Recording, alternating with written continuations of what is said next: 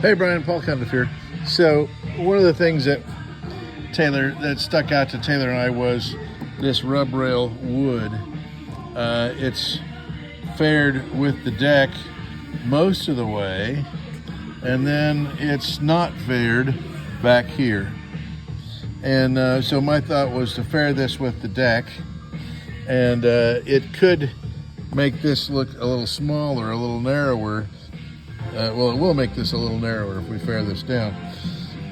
However, we can then fare in towards the boat, and we can bring the width back to what the width is, was supposed to be. And we can fix little things like here in the end, that's got kind of a bump on the end. It's like it's one size here, and then it just bumps out, which that's no big deal with a hand plane. We can buff these scratches out. We put our hardware on with oval screws.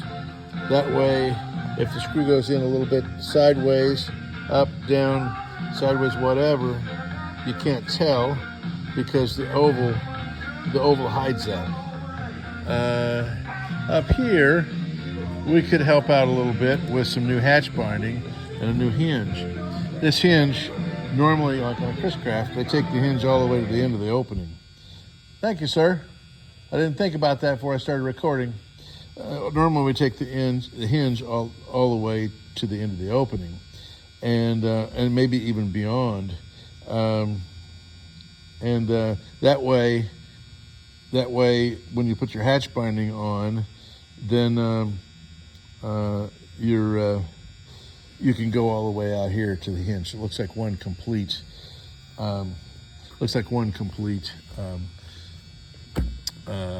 line, straight line. So that could be done, or we could supply you with what you need to do that yourself.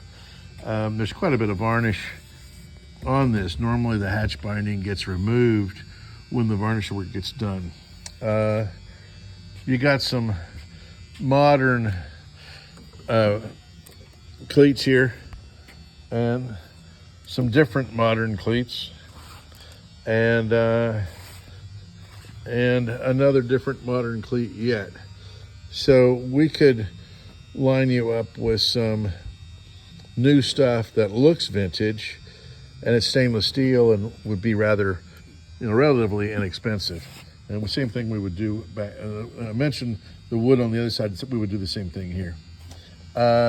When we figured out these, making a sleeve that slides down over this and has a pad for the seat and so forth.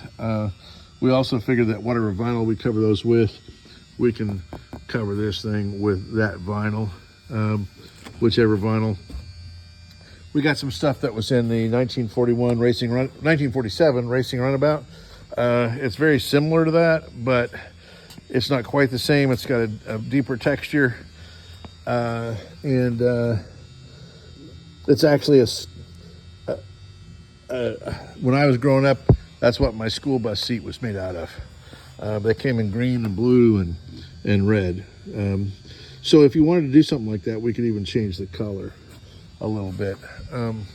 So let's see, what were some other things? Of course, just extra coats of varnish. The varnish is already shrunk up enough that you see, I don't know if you can tell from the picture. Yeah, maybe you can. The varnish now has a texture, and the texture is the texture of the wood grain, because the varnish has shrunk up and shrunk into the wood grain. So maintenance coats of varnish will, every time you add some maintenance coats, it will get you closer to the product that you're looking for, which is a mirror finish like this on this boat. You see the varnish has not shrunk up. It eventually will shrink up just like yours is, over a period of years. And the longer that this has sat out and shrunk, the more it has shrunk, then the longer, when you get to a mirror, the longer your mirror will last. So again, we got some Art Deco modern. They were probably modern in 1950, which is not altogether the wrong.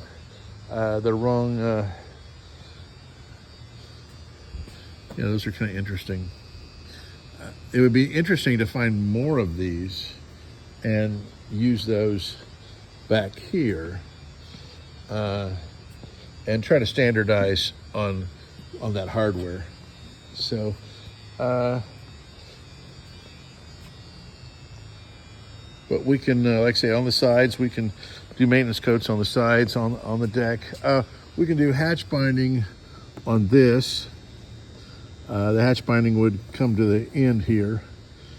And the hatch binding would doll this up quite a bit. I noticed you've got a 318 Chrysler. Oh, and some metal handles on your engine hatch. Chrysler 318, nice bulletproof engine. Just want to make sure the last time you've changed your raw water pump impeller, we can do that for you as well. Or if you want to do that yourself, that's cool. And of course the trailer's going to fix a lot of things, and the trailer will be that color of red. I did listen this time. I evidently didn't listen close or get that in my notes before. And what I'll do is I'll put some prices together on these proposals, so you can see if you want to do that while it's here, or if you want us to just give you some guidance and you do it yourself. Let's see here. Transom looks, yeah, we would do maintenance coats on the transom as well. And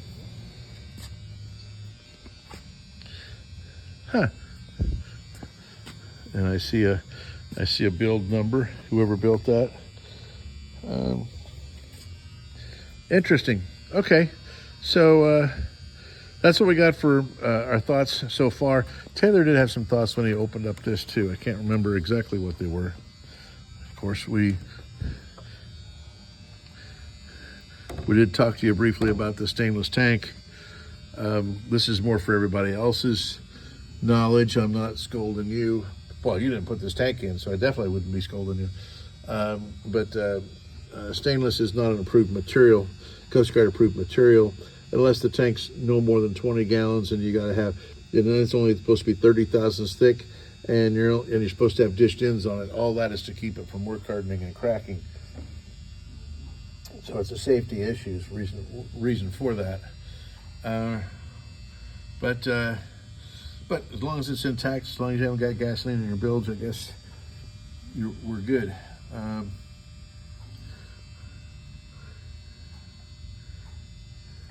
Of course, we haven't checked out all the wiring and make sure everything works. You've probably either already done that or are intending to do that when it gets back to you. So that's cool. Oh, I did find something that was a little, we really can't do much about it other than watch it.